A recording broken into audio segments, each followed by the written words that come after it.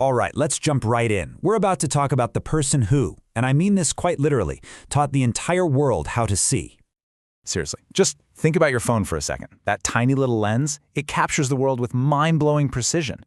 But have you ever stopped to wonder where that idea, the basic idea for a camera, even came from?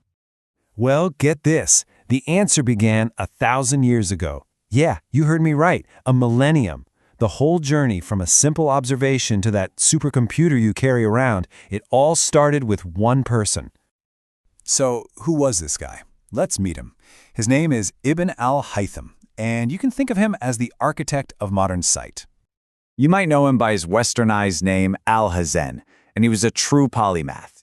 Someone who's brilliant at a ton of different things, living right in the middle of the Islamic Golden Age. He was from Basra in modern-day Iraq, and his work, wow. It wasn't just a small step forward. It was a total revolution, all built on a radical new way of thinking, experimental science. If you look at his life, a really key moment was his move to Cairo. At the time, Cairo was the place to be for science and learning, and it's there that he wrote his masterpiece, the massive 7-volume Book of Optics. And listen, this wasn't just some book. It was basically the operating manual for optics and science for the next 1,000 years. And that really gets to the heart of why he was such a genius. See, he wasn't just looking at the world. People call him the first true scientist because he built a whole system, a blueprint, for figuring out what's actually true. This quote really sums it up.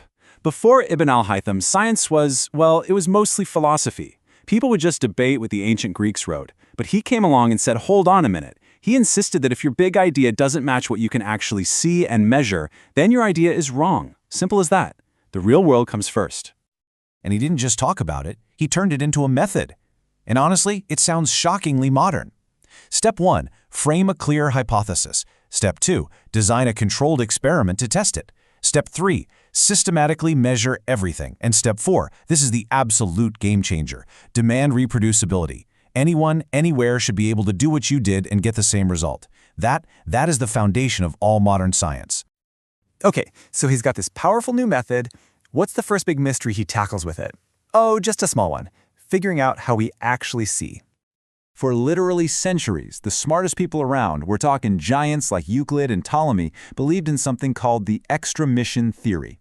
The idea was that our eyes shot out these invisible laser beams that felt objects. I know it sounds completely wild now, but that was accepted as fact. Ibn al-Haytham championed the opposite, the intromission theory. Light bounces off things and comes into our eyes. Now, he wasn't the very first